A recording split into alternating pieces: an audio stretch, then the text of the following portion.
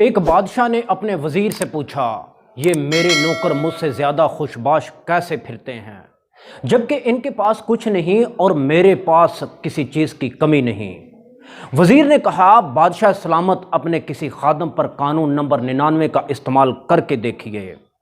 بادشاہ نے پوچھا، یہ قانون نمبر 99 کیا ہوتا ہے؟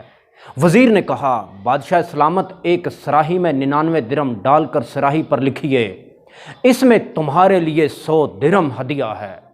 رات کو کسی خادم کے گھر دروازے کے سامنے رکھ کر دروازہ کھٹکھٹا کر ادھر ادھر چھپ جائیں اور تماشا دیکھ لیجئے۔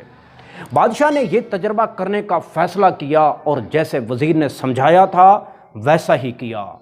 سراہی رکھنے کے بعد دروازہ کھٹکھٹایا اور چھپ کر تماشا دیکھنا شروع کر دیا۔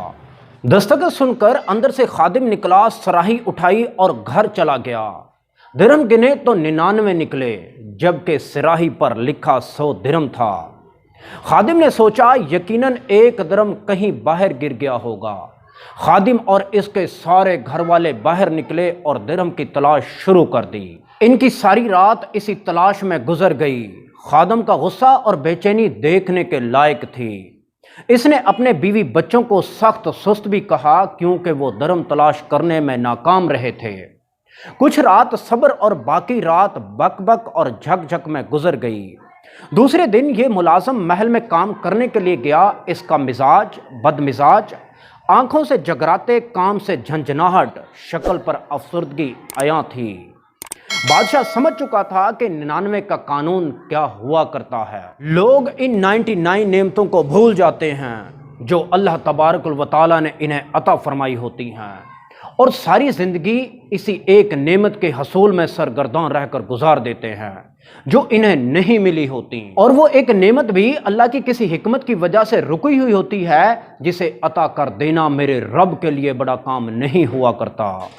لوگ اپنی اسی ایک مفقود نعمت کے لیے سرگرداں رہ کر اپنے پاس موجود 99 نعمتوں کی لذتوں سے محروم، مزاج بد مزاج اور بے ذائقہ زندگی گزار رہے ہوتے ہیں۔ دوستو، حاصل ہونے والی 99 نعمتوں پہ اپنے رب کا احسان مانیے اور ان سے مستفید ہو کر اپنے رب کا شکر گزار بندہ بن کر رہیے۔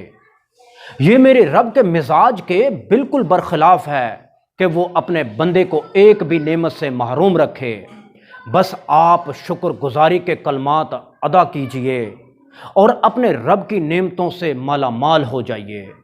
اے رب کائنات، ہمیں اپنے شکر گزار بندوں میں شامل فرما۔ دوستوں سے گزارش ہے کہ اگر آپ کو ہماری یہ ویڈیو پسند آئی ہے تو ہماری حوصلہ افزائی کے لیے ہمارے چینل ایکسیس ٹو ایکسیلنس کو سبسکرائب کریں، اس کو زیادہ سے زیادہ شیئر کریں، کمنٹ کریں۔